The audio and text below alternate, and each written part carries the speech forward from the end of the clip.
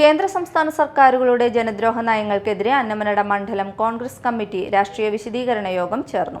KPCC vice president advocate VT Balram ഉദ്ഘാടനം ചെയ്തു. ആ കണക്കിനപ്പുറത്തെ ഡീറ്റെയിൽസ് എന്ന് പറഞ്ഞൊരു കോളുണ്ട്. സാധാരണഗതിയിൽ അതിലമർത്തിയാൽ ഡീറ്റെയിൽസ് തെളിഞ്ഞു വരണം. പക്ഷെ ഇതിലമർത്തിയാൽ തെളിഞ്ഞു വരുന്നൊന്നുമില്ല, അങ്ങോട്ട് പോകാൻ പറ്റുന്നില്ല. അത്ര സുതാര്യതയാണ് ഗവൺമെന്റിന്. മുഖ്യമന്ത്രിയുടെ ഈ IT സംവിധാനത്തെയൊക്കെ പരിപാലിക്കുന്നതിന് വേണ്ടി 10-30 ആളുകളുടെ ഒരു പണ തന്നെ വെച്ചിട്ടുണ്ട്.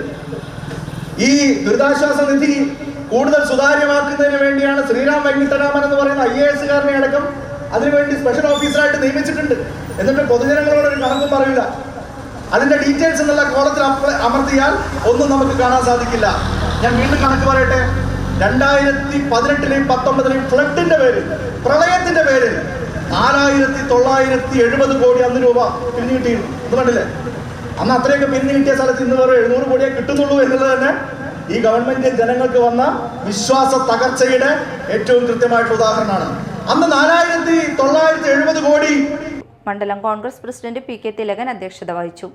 ജനറൽ സെക്രട്ടറി TU രാധാകൃഷ്ണൻ മുഖ്യാതിഥിയായിരുന്നു. Dhanya Devadas, VA Baiju, advocate OJ Janeesh, VA Abdul Kareem, NS Vijayan, KK Ravi Namboothiri, UO George, TK Rameshan, KA Iqbal എന്നിവർ പങ്കെടുത്തു.